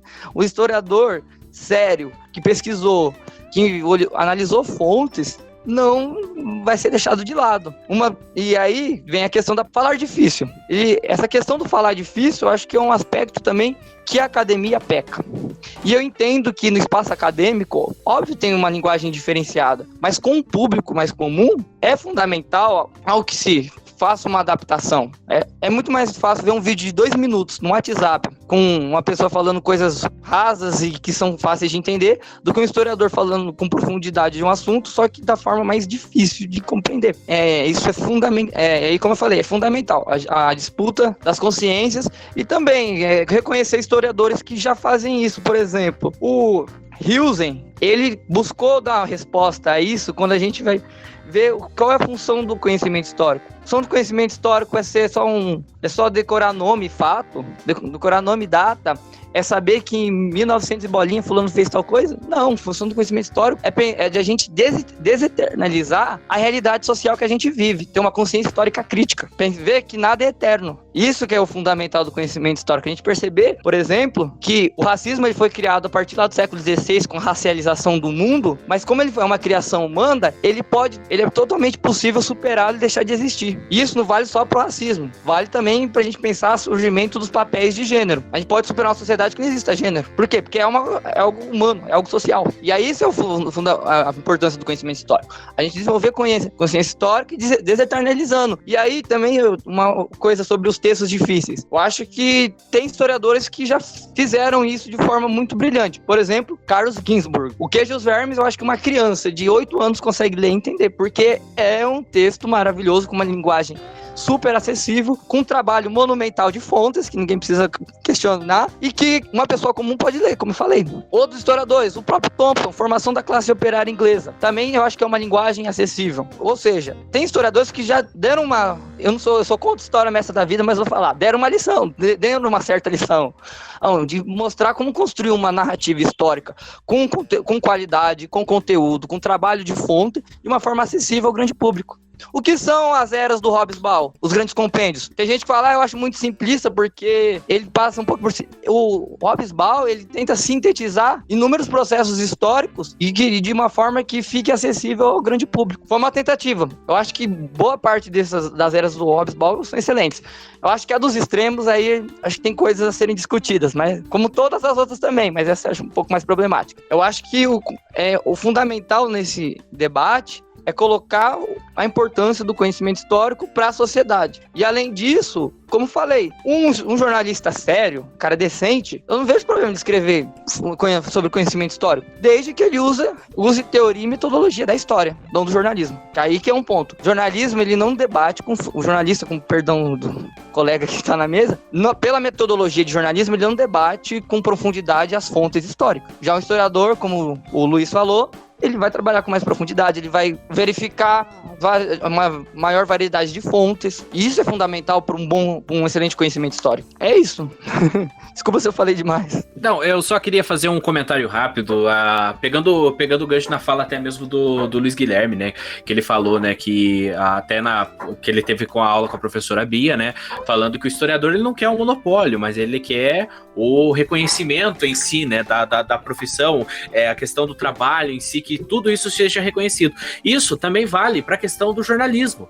Nós não queremos o monopólio da informação, nós não queremos o monopólio de todo conhecimento, muito pelo contrário, a gente quer repassar o conhecimento. É claro que, infelizmente, a gente tem muitos exemplos na profissão que utilizam-se de apenas uma fonte para pegar ali, porque essa fonte o agrada, e isso é o nosso maior desafio dentro do jornalismo, porque a questão, por exemplo, da pessoa que pega uma fonte apenas porque é aquela que agrada, é a mesma coisa daquela pessoa que vai ler a matéria. Nossa, adorei essa matéria aqui, porque essa matéria fala tudo que eu quero.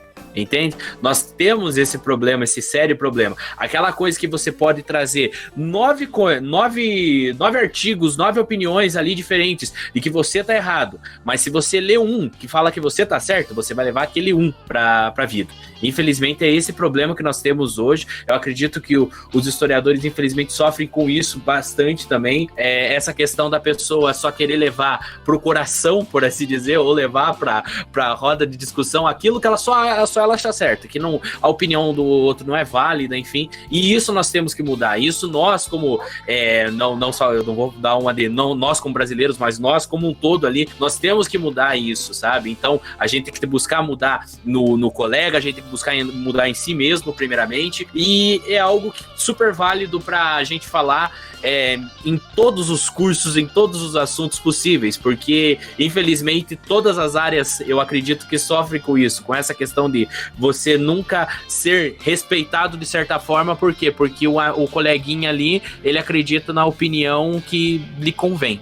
Infelizmente é assim. Mas estamos chegando no nosso finalmente. Queria passar a bola para Lucas Gomes Timóteo, que ele tá aí engatilhado com uma pergunta. Na verdade é uma pergunta bem leve, assim, meio estilo Fábio Porchat, né? Vocês comentando da forma que a história é contada para as crianças, que antigamente era de um jeito e hoje vocês já falaram que é bem diferente, mas eu queria que se pudessem presenciar um momento da história, qual que seria e por quê, né? De que forma que vocês relatariam essa cena que vocês vivenciariam? Putz, essa é pesada, hein? Vou deixar os alunos irem na frente. Essa aí, no fundo, deve estar rolando um xaropinho falando, rapaz! Pior que eu pensei em eventos que a gente gosta de estudar, né? Sei lá, pelo menos eu. Questão de guerra, conflito. Mas eu falei, cara, mas eu não quero estar nesses momentos. Então, putz, me pegou aí agora. É porque, veja, na nossa visão de história, o Lucas, mas na minha visão de história, por exemplo, eu não consigo pensar em nenhum evento que seja o evento, né? Por exemplo, eu gostaria muito de ver processos inteiros, mas eu precisaria de 100, 200 anos vendo o processo. Porque o fato de vamos pegar um evento assim, sei lá, bem clássico, né? O golpe que cria a República no Brasil. Para mim, ele não se explica naquele dia. Ele se explica em vários outros eventos. Então, eu teria uma dificuldade para escolher um evento. Mas que eu gostaria de ver vários processos, né? Os meus alunos aqui sabem que eu adoro arqueologia, por exemplo. Eu adoraria ver os sítios arqueológicos em pé antes deles terem virado sítios arqueológicos, né? Adoraria ver os templos maias, os templos astecas. Eu adoraria ver Tenochtitlan viva antes dos espanhóis chegarem, mas eu não gostaria de ver, por exemplo, o evento, os espanhóis chegando. Isso eu não gostaria de ver. Mas eu adoraria ver a materialidade do passado viva, com pessoas andando, a Grécia funcionando, o Egito funcionando, o Harappa funcionando, Roma funcionando. Eu adoraria ver isso, mas eu não queria ver um evento específico, né? Na minha disciplina de História Antiga, eu sempre peço para os alunos fazerem lá, se viajassem na máquina do tempo, o que eles viveriam, né? Acho que é um pouco disso. É impossível escolher um evento, mas a coisa funcionando eu gostaria de ver, assim, a integralidade, mas sem eventos. Não vou votar num evento, não, que vai que os mortos voltam, né? Na história a gente não desafia muito eles. A gente gostaria de estar assistindo, mas sem estar lá, eu acho, né? Acho que é isso. Isso que eu ia falar. É isso que o Luiz falou. A gente vê, sabe como você vê? Fica só um holograma, só ali vendo, mas eu também não consigo descrever um momento histórico, assim, que eu gostaria de viver. Porque eu acho que os filmes, né, baseados retratam muito isso. E eu acho que dá uma dor no coração quando a gente assiste, por exemplo, filmes voltados à Segunda Guerra, ao nazismo, ao Holocausto, essas coisas. Então, como os colegas falaram, participar de alguns eventos são muito complicados, apesar de a gente admirar bastante. Por exemplo, as guerras anticoloniais e anti-imperialistas do século XX, Vietnã, Argélia, Revolução Cubana. São eventos muito interessantes de ver de longe, não de estar participando. Entretanto, tem um evento que eu acho maravilhoso, eu queria ter vivenciado, que é quando o Fidel Castro, ele vai para os Estados Unidos, ele se encontra com Malcolm X e tem aquela famosa foto maravilhosa. E eu queria ter participado daquela conversa entre Malcolm X e Fidel Castro, quando o Fidel Castro ia para a ONU. Ele não foi aceitado nos hotéis de pessoas brancas, e aí ele foi pro hotel dos bairros de pessoas negras, e ele teve um encontro com Malcolm X, eles tiveram uma conversa por mais de 3 horas. Infelizmente eu não tava lá, mas eu queria ter participado bastante. Se eu fosse citar um evento que eu queria participar, com certeza eu queria estar no Woodstock. Era esse evento que eu queria participar de certa forma, porque ali era só música, era só paz e amor, era coisa bonita, né? Então não tinha uma coisa triste, eu acho, né? Pelo menos eu não vivi essa época. Mas então é isso. Eu gostaria de agora, antes da gente puxar pro quadro das dicas, eu queria só que vocês usassem todo o seu poder motivador para chamar o pessoal para vir fazer história na Unicentro, para conhecer história, para conhecer os projetos. E de quebra, eu já quero pedir pro Luiz Guilherme, pra Gabriela aí, que eles fazem parte disso, para divulgar o @, do Pet no Instagram, pra gente, para o pessoal, como ele falou, né? O Luiz Guilherme falou que tem um projeto Pet para Todos, que eu acho um projeto super bacana. A Gabriela sempre tá compartilhando nos stories, sempre tô acompanhando por lá. Agora segui o perfil aí, olha aí, tô seguindo o perfil para acompanhar todas as dicas que vocês estão preparando. Então, olha só, é o momento de vocês. Bom, tá. Assim, se eu fosse pra dizer, né, se eu fosse chamar alguém pra fazer história, eu diria assim, cara, é tão legal você conhecer o que aconteceu, né? É tão legal você saber o que se passou. Eu sempre fui uma criança que questionava muito, perguntava por que pra tudo. Então, só o fato de você saber o porquê aconteceu isso, por que aconteceu aquilo, eu acho que isso chama muito. Sem contar que se você vier fazer o curso, eu acho que a tua visão de mundo vai se ampliar. Eu acho que ela vai se ampliar e mudar. Você vai, talvez, né, se você... claro, depende de cada um, obviamente, mas você vai alterar a forma que você percebe as coisas, sua percepção vai ser diferente, você vai enxergar algumas coisas de forma diferente. Eu acho que talvez te gere mais empatia também, porque você vai enxergar eventos, como se disse, eventos, né, que eles não são só eventos, eles têm uma narrativa por trás ali, e eu acho que você talvez vai se apaixonar justamente por essa leitura crítica, né, por essa história diferente, que ela é a história do colégio. E eu diria isso, é um curso apaixonante, é um curso que faz você ficar instigado, é um curso que, como disse no começo, te energiza, né, te leva para cima, faz você questionar, faz você ficar sempre querendo saber o que está acontecendo, sempre se questionando e sempre duvidando também. Eu acho que isso é importante também. O @ do Instagram do Pet é @petist_Unicentro. Bom, sou meio suspeita de falar, porque eu realmente gosto muito do curso, né? Eu acho que a gente sempre tem que vestir a camisa. Mas, como o Luiz falou, eu acho que o curso de História, apesar de eu estar somente no primeiro ano, mas eu acho que eu já estou apta a falar que ele não só forma você da forma profissional, mas sim pra vida, assim, sabe? Me abriu muita visão, assim, sobre diversos aspectos, e você vai conhecer a história de um jeito totalmente diferente, né? Não é aquela história do colégio, o que teve por trás. Às vezes a gente se questiona, né?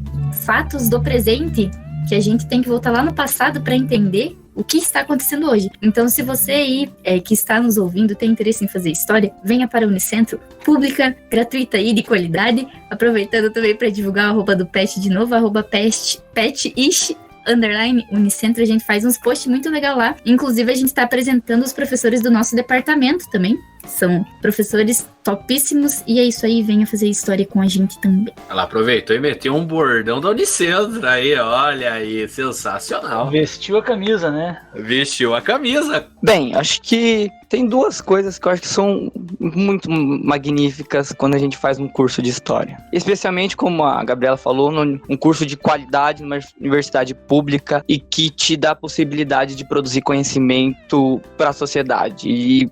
E mais do que isso, não ser só um conhecimento para ficar dentro da academia, um conhecimento que você leva às pessoas. E essas duas coisas eu acho que são, em primeiro lugar, o curso de História, ele vai fazer com que você perceba as complexidades da vida em sociedade. Isso tanto no passado quanto no presente. As coisas não são rasas e simples. Os discursos fáceis, eles só servem para agradar aqueles que dominam. Os discursos fáceis, eles não trazem a importância do que é a vida de verdade. Eu acho que o curso de História, ele vai levar a pessoa a desnaturalizar todas as suas ações na vida. Nada que ele aprendeu na vida dele, ele vai perceber, foi algo que veio do DNA dele. Não, ele aprendeu na vida em sociedade. E aí, na sociedade que nós vivemos, existem inúmeros problemas. E a gente, no curso de História, a gente percebe que esses problemas, eles foram construídos historicamente. Eles não surgiram de forma mágica. Eles têm um início, eles têm uma origem. Então, olhar para o curso de História é perceber que o ser humano, enquanto um ser social, ele se cria e ele se transforma a todo tempo. Portanto, nada é eterno, nada é natural. E um outro aspecto para o pessoal vir fazer o curso de História é que é muito lindo a docência. Quando você entra numa sala de aula com uma turma de 6º ano e você vai explicar o processo de criação da ideia de raça e o do racismo no século XVI, e um aluno então percebe, então o racismo ele foi criado, então ele pode ser superado, você ganha o seu dia. Isso não tem palavras para descrever como é maravilhoso você ver que você pode fazer a diferença na vida dos alunos. Óbvio, a gente não consegue transformar toda a realidade dos alunos, mas a gente ajuda a tentar construir um mundo melhor para esses nossos alunos. Além disso, eu acho que às vezes a gente pensa que a docência é só para passar conteúdo no modelo tradicional, mas não. O curso de História a gente percebe que mais do que a gente passar um conteúdo, é fazer a diferença na vida dos nossos alunos. Às vezes você deixar de falar um pouco do conteúdo e conversar com eles sobre os problemas que eles têm na vida deles. Tem que ajudar a construir um mundo. Você cria uma responsabilidade, na verdade, quando você faz o curso de História. Você tem que ajudar a construir um mundo melhor. E também uma coisa mágica da docência é quando um aluno vem e te abraça porque você ajudou ele a superar aquele problema. E só isso, e o curso de História proporciona todas essas coisas. É maravilhoso. Então venha para o Unicentro e vamos fazer um curso de História. Eu vou ser bem rápida.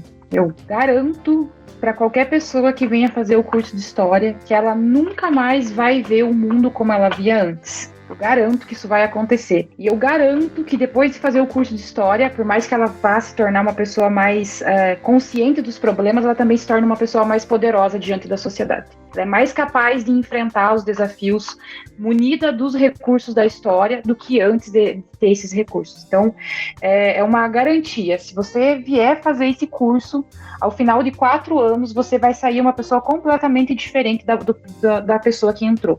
Nunca mais você vai ver nada da mesma forma. É uma garantia que a gente oferece. Ou isso ou o seu dinheiro de volta. Tentando roubar o posto de piada ruim de Vitor Tel aqui, quem descobriu o Brasil, por favor, cubra de novo, que tá começando a esfriar. E também tá começando agora o quadro Aqui Dica Chegamos. É isso aí, galera. O quadro, como vocês já sabem, é um quadro de dicas do qual todos os convidados e também nós da produção sugerimos filmes, dicas, livros, músicas, enfim, tudo que engloba o assunto de hoje. E hoje o tema é História, né? O curso de História. E para começar o nosso quadro de dicas, gostaria de chamar ela, a professora Giovana, para dar as suas dicas aí para todos os nossos ouvintes. Bom, então eu preparei uma lista de dicas, né? Eu preparei dicas que eu acho que são mais, assim, para quem tem interesse na profissão, mas ainda não sabe muito bem o que essa profissão faz. Então eu separei 2 documentários, né? O documentário Mundurucânia, que é um documentário sobre arqueologia brasileira muito bacana, mostra vários sítios arqueológicos, especialmente no norte do país, vale muito a pena assistir. O documentário que está na Netflix se chama Saqqara, a descoberta que aconteceu em 2019 de uma série de tumbas que até então não eram conhecidas. Esses documentários são para quem se interessa mais pela parte arqueológica da história, quem tem mais interesse por esses vestígios materiais. Documentários mais contemporâneos, eu indicaria o Menino 23, que é um documentário muito bacana, resultado de uma pesquisa muito legal. Então, quem foi meu aluno já assistiu, então sabe do que eu estou falando. É um documentário para quem não sabe muito bem o que faz a história. Nesse documentário, embora ele tenha o objetivo de narrar a história do Menino 23, vai mostrando como funciona uma pesquisa historiográfica, as fontes, né? Então, para quem está começando na área, é muito interessante. E também o documentário A 13ª Emenda, que é um documentário sobre racismo, é um documentário, um tema mais crítico. Mas assim, para quem não sabe nada sobre história, não sabe nada, não tem nenhuma ideia, eu sempre recomendo, leia ou os livros da Agatha Christie, ou assista House, ou leia as obras que tratam da trajetória do Sherlock Holmes. Muito do que nós fazemos aqui no curso é pegar essas pistas do passado, tentar reconstruir esse passado de uma maneira viva. Então, vocês vão encontrar essas informações nesses documentários, vão encontrar essas informações nesse material mais sério, mas numa literatura que explora essa ideia de pistas do crime, né? Nós aqui somos detetives de crimes, mas nem sempre os crimes são assassinatos.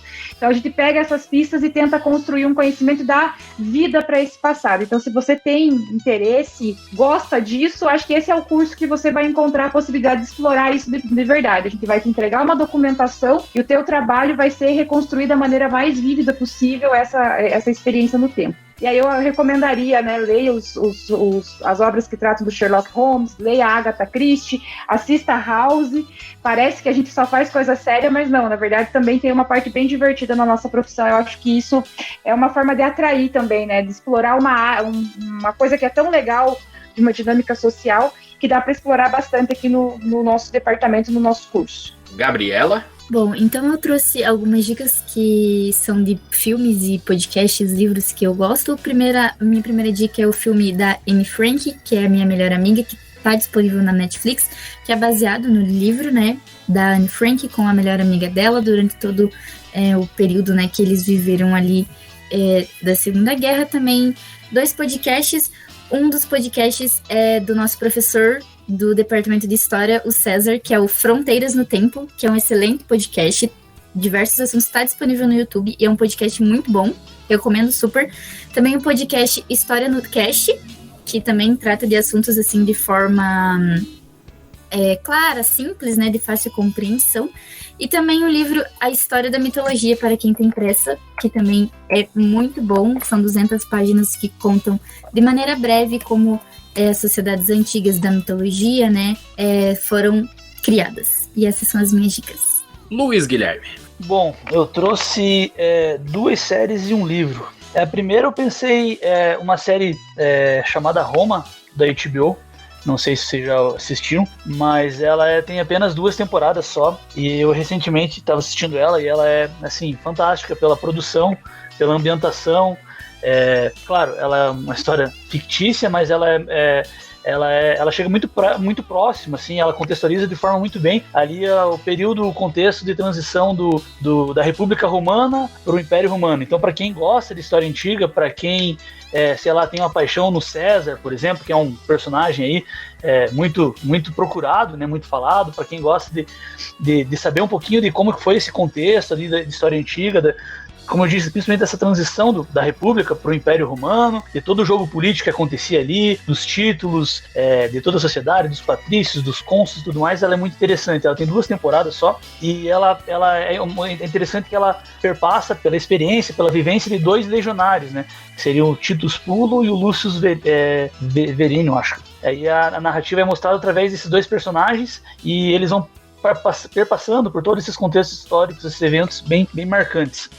Uma outra série, que é uma série documental, que é uma série bem fácil da Netflix também, para quem aí gosta do assunto e não precisa necessariamente conhecer muito a fundo, que se chama Guerras do Brasil.doc. É um documentário, se não me engano, tem 5 episódios. Ele fala sobre a Guerra da Conquista, que é sobre toda essa questão da batalha, que é até hoje, né, esse conflito, essa resistência do povo indígena, né, a questão da Guerra do Paraguai, fala da Revolução de 30, fala do Quilombo de Palmares, e é uma produção com historiador, com sociólogo, com uma, digamos assim, tem um gabarito por trás ali, pessoas ali autorizadas, né, pessoas com bagagem para falar sobre o assunto. E ela é rápida, ela é curtinha, e ela é fácil de você digerir ela.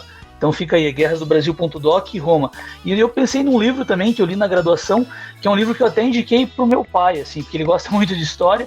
Então é um livro que a gente usou na graduação, mas é uma linguagem muito fácil, e a gente falou sobre a Giovana falou, né, a gente não conhece muito da nossa história do Brasil aqui, e é um livro que eu acho que ele, de uma forma bem objetiva, bem sintetizado, assim, ele consegue abarcar pelo menos grande parte da história do Brasil. O livro se chama O Livro de Ouro da História do Brasil, da Mari Del Priore e do Renato Pinto Venâncio. É um livro bem fácil, bem tranquilo, a gente usou na graduação também, mas ele é acessível para quem não está acostumado com linguagem acadêmica. E os capítulos são curtos, são rápidos, e ele pega ali desde antes da colonização portuguesa e até um pouco no período recente. Acho que é um livro, assim, gabaritado, um livro acadêmico e também é acessível para todo mundo. Acho que é isso daí, as 3 dicas.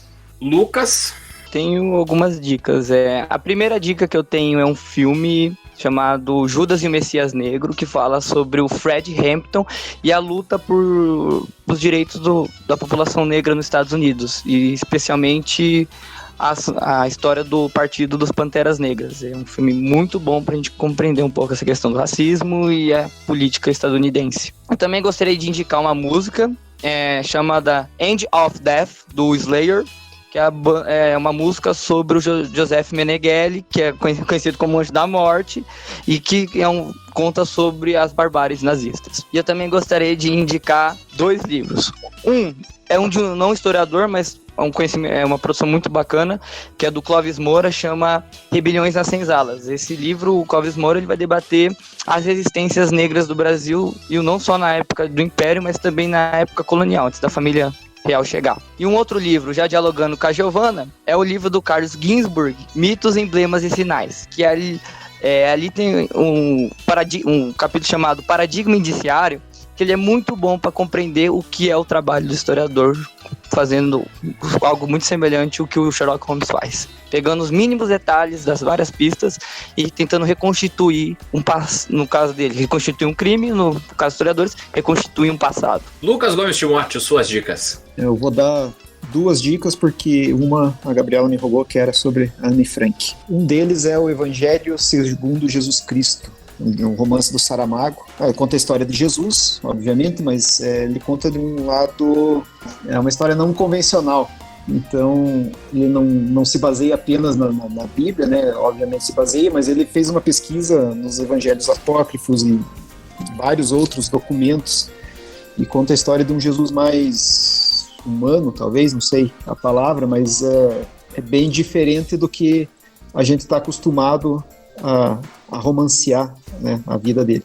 E a outra é uma série que aparentemente não tem nada a ver, mas é Fringe. Ela está disponível na Globoplay, na HBO, mas é bem ficção científica, o seriado. Eu pensei nessa dica porque tem um pouco a ver com a pergunta que eu fiz sobre o momento histórico, que alguns personagens da série eles são chamados de observadores, que eles justamente transitam pelo tempo para observar momentos que mudam a trajetória do mundo, são fatos que têm relevância global assim, para a história da humanidade. Então, em todos os momentos tem aquele personagem, né? Aquele grupo de personagens, homem com um chapéuzinho meio bem discreto, que eles não podem interferir. Então, a série é bem interessante. Ficam essas 2 dicas. Bom, as minhas dicas, elas são bem, como é que eu posso dizer? Uma dica que eu dou é algo que eu vi quase todo ano que eu tinha história no ensino fundamental, ensino médio, passava um filme que a editora Abril comprou aqui no Brasil, que é A Guerra do Fogo, de 1982, que fala sobre o período pré-histórico, sobre a descoberta do fogo e tal. É um filme que, olha, eu acho que eu sei quase todas as cenas já que acontecem, de tanto que eu assisti na vida no ensino fundamental e ensino médio. Mas... Todo mundo aqui passou por isso já. Todo mundo aqui já assistiu A Guerra do Fogo. E também foi no ensino médio. Então, ele é um filme já que, enfim, todo mundo assistiu. E se você não assistiu, assista. Eu não sei se ele tá disponível em algum serviço de streaming, mas ele é um filme fácil, até você acha no YouTube tranquilamente. Outro filme que eu quero dar aqui a dica é um filme que até mesmo a Gabriela compartilhou nos stories esses dias, que é um dos meus filmes favoritos da vida.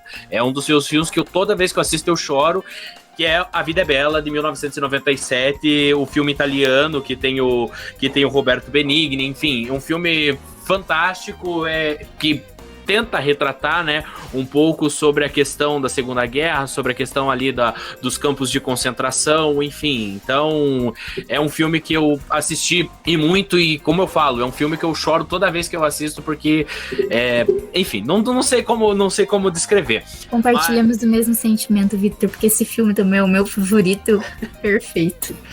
E outro filme que eu quero indicar, eu acredito, na verdade são outros 2 filmes, né? Um filme brasileiro que conta o filme Olga, né, que conta a história da revolucionária Olga Benário. Ela foi entregue por Getúlio Vargas aos nazistas, né? Então é um filme fantástico. Eu assisti no ensino médio, então eu assisti recentemente também, acho que tá disponível no Globoplay, se eu não me engano. Então é um filme que super recomendo vocês assistirem. E o outro que é ganhador de Oscar aí, tem o aclamado Steven Spielberg por trás, que é A Lista de Schindler, de 1994, né? Que é um filme também que retrata a questão dos campos de concentração, retrata toda a questão da perseguição durante a Segunda Guerra Mundial. E no mais, eu também quero indicar que você acesse o site da Unicentro, é unicentro.br/estudiif em graduação. Lá você encontra todas as informações sobre os nossos cursos de graduação, todos os nossos 40 cursos de graduação ofertados pela nossa Universidade Estadual do Centro-Oeste. E também acesse o Instagram do PET História, acesse o site do curso de História, saiba mais quem é o corpo docente, quais são as pesquisas, enfim, tudo você encontra lá. E uma coisa que eu acho, eu até esqueci de comentar, mas foi comentado muito sobre a questão de iniciação científica, sobre a questão de linhas de pesquisa. A História tem linhas de pesquisa fantásticas para você fazer iniciação científica. Então, super recomendo espero que você seja um aluno da História, né, do Campus Santa Cruz, do Campus de Coronel Vivida, mas sempre busque a questão das linhas de pesquisa dos professores. Vai que é um tema que você tá sempre tá ali namorando esse tema, né, e você pode fazer uma pesquisa incrível aí, até mesmo uma pesquisa que pode ser premiada dentro da nossa instituição. No mais, é isso. Eu gostaria de agradecer muito a presença de todos vocês. Eu vou deixar o microfone aberto aqui para vocês darem o seu tchau, darem a sua mensagem final, sua mensagem de fé e motivação. E no mais, o Aqui Cursos Chegamos volta nos próximos episódios aí. Vamos trazer outros cursos aí da nossa querida instituição. Valeu, Só agradecer. Obrigada, gente. Muito legal falar com os alunos, falar com vocês. E esperamos todo mundo no departamento de História. Venham para a História vocês também. Tchau, gente. Foi muito legal falar com vocês e, como o prof falou, venham fazer História. E é isso aí. Valeu, pessoal, pelo convite. Foi bem interessante, foi muito prazeroso e divertido. Valeu. Eu gostaria de agradecer o convite e vem fazer História no Unicentro. Bom, obrigado a todos pela participação, a Giovana, a Gabriela, o Luiz e o Lucas, por fazer parte desse nosso projeto e por mais um episódio do nosso podcast. E obrigado ao Vitor, senão ele ficar chateado. Eu não. Então é isso, gente. Brigadão e até mais. Até o próximo episódio.